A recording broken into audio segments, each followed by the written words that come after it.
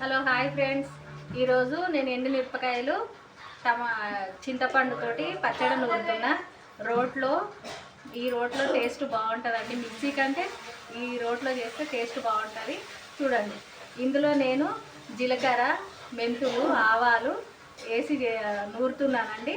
Taste చాలా బాగుంటుంది. మీరు కూడా ట్రై చేయండి. ఈ జీలకర్ర, మెంతులు, ఆవాలు కొద్దిగా వేయించుకోవాలండి. వేయించుకొని మిరపకాయలు కూడా వేయించుకొని వేయాలి.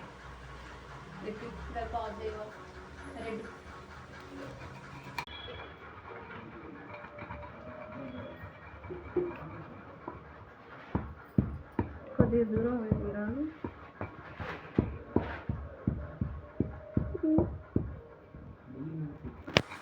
ఇట్లా రోట్లో నూరిన పచ్చడి వేడి వేడి అన్నంలో నెయ్యి వేసుకొని తింటే చాలా బాగుంటుందండి.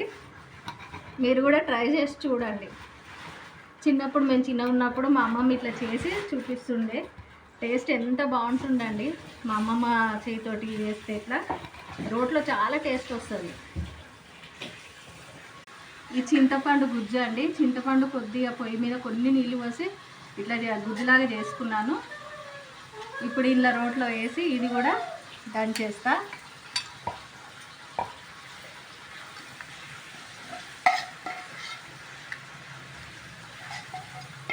దాని టేస్ట్ అయితే సూపర్ ఉంటుందండి. మీరు కూడా ఒకసారి ట్రై చేయండి. ఇట్లా వేడి వేడి అన్నంలో నెయ్యి వేసుకొని తింటే సూపర్ ఉంటుంది.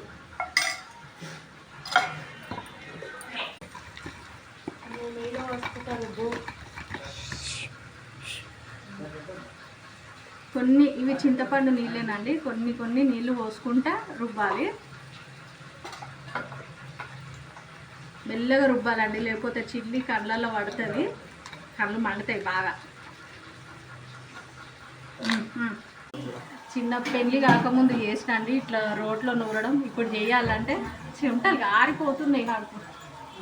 మా ఆయన రోట్లోనే నూరు అని చెప్పిండు. రోలు కొనుక్కొచ్చిండు మరి నాకు.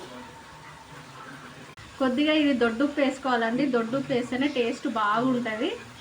నేను వేస్తున్నా.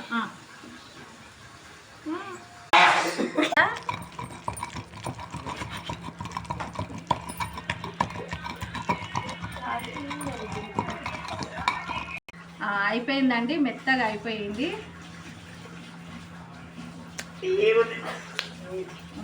టేస్ట్ సూపర్ అండి. మీరు వేసుకోండి, చాలా బాగుంది. వేడి వేడి అన్నము నెయ్యి వేసుకొని తినండి, మస్తు.